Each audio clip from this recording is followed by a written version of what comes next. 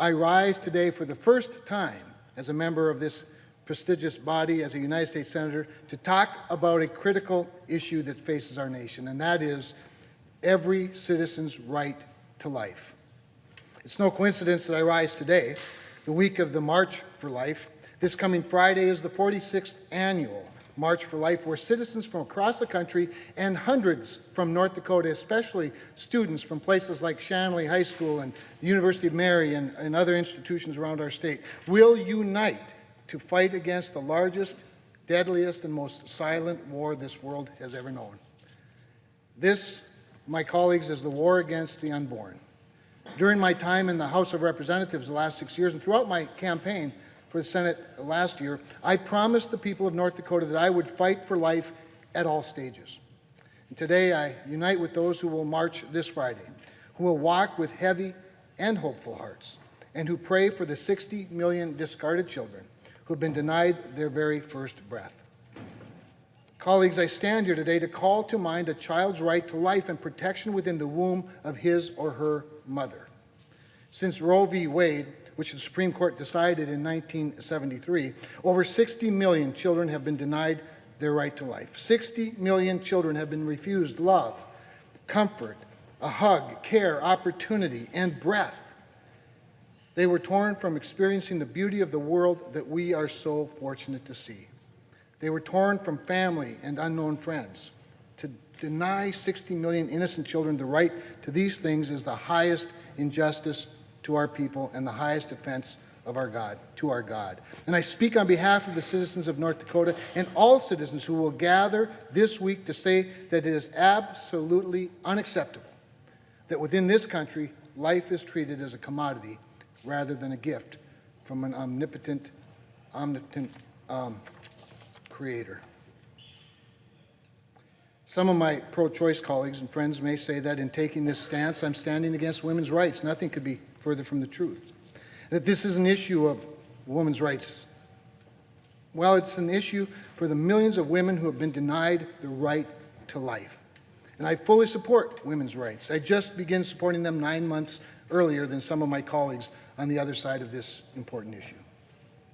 To my colleagues who are pro-life, who are supportive of this fight, I remind them that abortion is a great injustice, but it is particularly common in situations in communities that have suffered other injustices. If we're going to be pro-life, I think we must be pro all of life and address the factors that cause women to decide to end the life of their unborn children. The United States has seen a great evil throughout its history. We've seen and experienced slavery, discrimination, human trafficking, all these things illegal. And these things are issues on which we as a country take a moral stance. However, abortion is legal.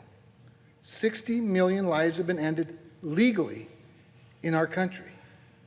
Here in Washington, D.C., nearly 40% of pregnancies end in abortion.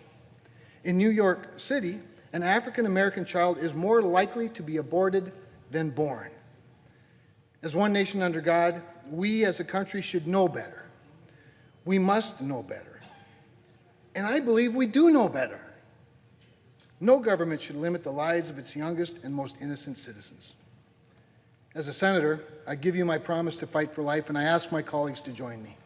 This is my promise to the people of North Dakota who have chosen me as their senator, and my promise to my fellow citizens, especially those who have never had the chance to speak with their voices. Within my first few weeks here, I've signed on to several pro-life priorities. I've signed a letter asking President Trump to veto any legislation that undermines the right to life. Additionally, I've co-sponsored the Protect Funding for Women's Health Care Act, a bill that would end federal funding for Planned Parenthood and shift that money to women's health services. In North Dakota, we don't have any Planned Parenthood clinics, but we have 16 community health centers and over 20 federally qualified health centers. Shifting this money towards these health centers would help the women in my state receive better and more accessible health care.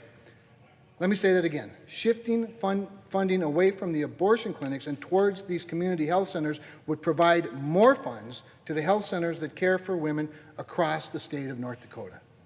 Additionally, I've co-sponsored the No Taxpayer Funding for Abortion and Abortion Insurance Full Disclosure Act and the Title X Prohibition Act, two bills that protect the taxpayer from funding the abortion industry. I've co-sponsored the Born Alive Abortion Survivors Protection Act, which would guarantee that a child that survives an abortion will receive the same medical care as a premature child of the same age.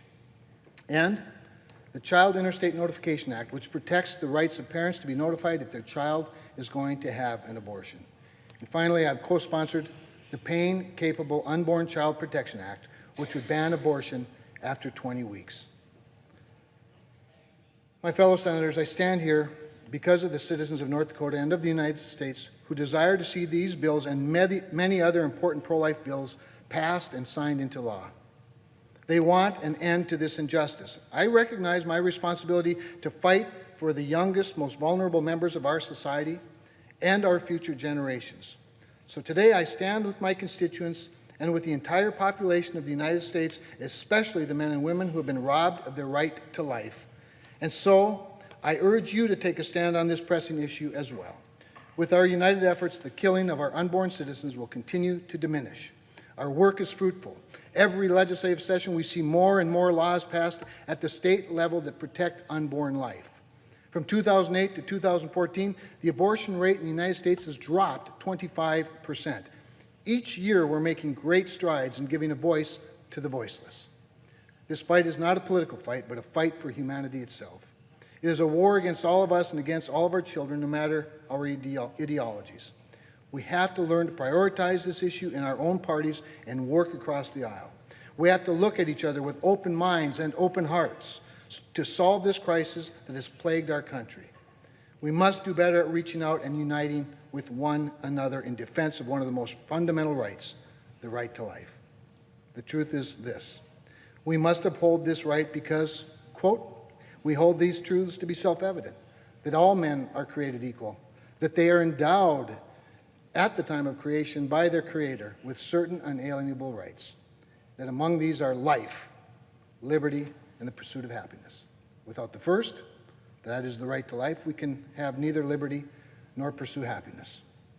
We've been denying that first for far too long, so let's join together now to give the future of our country, our next generations, the right to life. Madam President, with that, I yield the floor.